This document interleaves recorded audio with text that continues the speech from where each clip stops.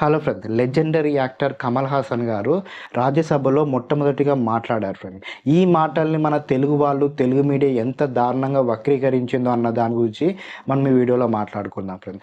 తెలుగు ప్రజలు ఒక పార్టీకి మద్దతు ఇస్తూ ఎంత దారుణంగా రోజు రోజుకి తమ ఆలోచన శక్తిని కోల్పోతున్నారో అన్నది అర్థమవుతుంది ఈ సంఘటన ద్వారా. అండ్ మీడియా ప్రాపగండా ఎంత దారుణంగా ఉంది, పార్టీలకు కొమ్ము కాస్తూ ఇంత నీచానికి దిగజారుతున్నారు మీడియా వాళ్ళు అన్నది కూడా మనకు అర్థమవుతుంది సంఘటన ద్వారా.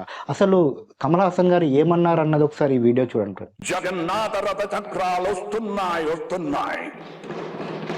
నేనేం చెప్తున్నానో తెలుగు వాళ్ళకి అర్థమవుతుంది. పోనీ sir, this is not an attack on personalities or governments. During my term in this house, that would be futile. This is only a clash of ideas. This democratic juggernaut will roll over differences but should never roll over people. We will not allow it. Nobody is immortal. No government can or should aim for permanency. No government in the history of this world has achieved it yet, and none ever will. This government also falls under the universal political unwritten law. Fellows, the children are watching. Gen Z is watching. ఇక్కడ కమల్ హాసన్ గారు జగన్నాథ రథచక్రాలు వస్తున్నాయి, ఇది తెలుగు వాళ్ళకు అర్థమవుతుంది అన్నట్టుగా మాట్లాడరు. దీన్ని వైఎస్ఆర్సీపీకి సంబంధించిన పార్టీ యొక్క క్యాడర్ వాళ్ళు, అంటే కింది స్థాయి క్యాడర్ వాళ్ళు జగన్ గారి గురించి రాజ్యసభలో మాట్లాడరు, కమల్ హాసన్ గారు అంటూ మాట్లాడారు. మేబీ వాళ్ళకు తెలిసి ఉండదు మహాకవి శ్రీశ్రీ గారు మరో ప్రపంచం పిలుస్తుంది అన్న దాంట్లో రాసిన వాక్యాలు ఇవి అని. ప్రజల్లో చిన్న స్థాయి క్యాడర్లో వీళ్ళకంత అవగాహన ఉండరు, వీళ్ళకంత ఆలోచన శక్తి ఉండదు, వదిలేదు వీళ్ళని. బట్ ఈ మీడియా వాళ్ళకి ఏమైంది, జగన్మోహన్ రెడ్డి గారికి సపోర్ట్గా ఉన్న టీం అయితే తమిళన్లు పెట్టి మరీ దీని గురించే చర్చలు పెట్టింది. జగన్మోహన్ రెడ్డి గారికి ఆపోజిట్ ఉన్న మీడియా వాళ్ళు కూడా దీని గురించే చర్చలు పెడుతున్నారు. ఇక్కడ నేను ఒక సీనియర్ జర్నలిస్టు, ఒక పెద్ద ఛానల్లో సీనియర్ జర్నలిస్టు ఏం ఆలోచన లేకుండా, అసలు ఈ వీడియో ఏది చూడకుండా, కమల్ హాసన్ గారు ఏం మాట్లాడారో తెలుసుకోకుండా తన ఛానల్లో కమల్ హాసన్ గారిని ఇష్టం వచ్చినట్టుగా మాట్లాడారు ఫ్రెండ్. కమల్ హాసన్, నీకెందుకు తెలుగు రాజకీయాలు, నీకెందుకు తెలుగు రాజకీయాల్లో వేలు పెట్టడము, నీకంత దమ్ముంటే తెలుగు రాజకీయాలకు వచ్చి పోటీ చెయ్యి, నువ్వు గెలుస్తావా, నువ్వు గెలవవు, నీ సినిమాల కోసము తెలుగు వాళ్ళని వాడుకుంటున్నావు, తెలుగు వాళ్ళకు నీ వల్ల ఏం లాభం లేదు, మా రాజకీయాల్లో నువ్వు తలదూచొద్దు అన్నట్టుగా సీనియర్ మోస్ట్ జర్నలిస్టు అసలైన మాట్లాడే దాంట్లో సెన్స్లెస్గా మాట్లాడుతున్నారు ఫ్రెండ్. ఇలాంటి జర్నలిస్టులని, ఇలాంటి టీవీ వాళ్ళని ఇంకా ప్రజలు ఎందుకు సపోర్ట్ చేస్తున్నారో అర్థం అవట్లేదు. అసలు తెలుగు రాష్ట్రాలలో ఈ మీడియా వాళ్ళు ఒక ప్రాపగండగా తయారైపోయారు ఫ్రెండ్. ప్రతి మీడియా ఒక పార్టీకి తొత్తుగా పనిచేస్తుంది.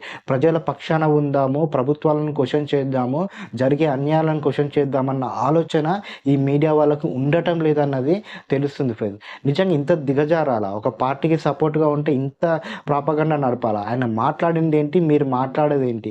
అసలు ఈ వీడియో చూశాక, వీళ్ళ మాటలు విన్నాక ఎంత కోపం, ఎంత చిరాకు వచ్చిందంటే నిజంగా ఈ మీడియాని మాత్రం బాయ్కాట్ చేయాలి ఫ్రెండ్. న్యూట్రల్గా ఉన్న పీపుల్ ఖచ్చితంగా ఈ మీడియా గురించి ఎక్స్పోజ్ చేయాలి.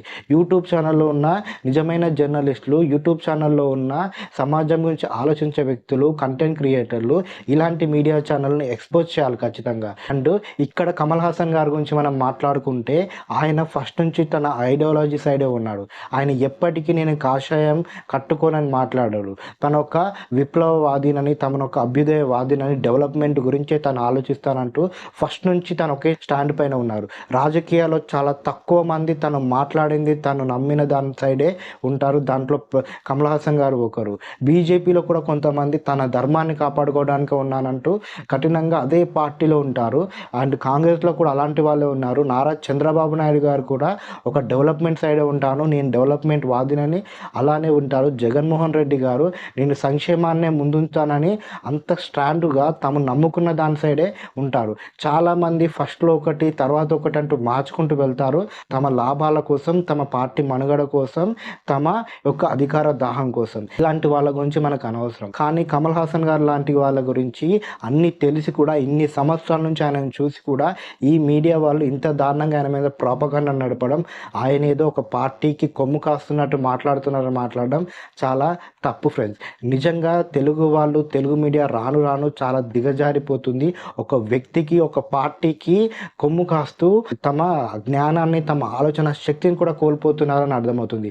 అసలు ఈ ఇన్సిడెంట్ తర్వాత కమల్ హాసన్ గారి గురించి ఈ మీడియా వాళ్ళు వచ్చిన ప్రాపగండాను చూస్తే మీకేమనిపిస్తుంది ఫ్రెండ్స్? మీ ఒపీనియన్ని కామెంట్ బాక్స్లో తెలియచేయండి. అండ్ మొదటిసారిగా మా ఛానల్కి వస్తే ప్లీజ్ మా ఛానల్ని సబ్స్క్రైబ్ చేసుకోండి. మాకు మీ సపోర్ట్ ఇస్తూనే ఉండండి. Thank you friends.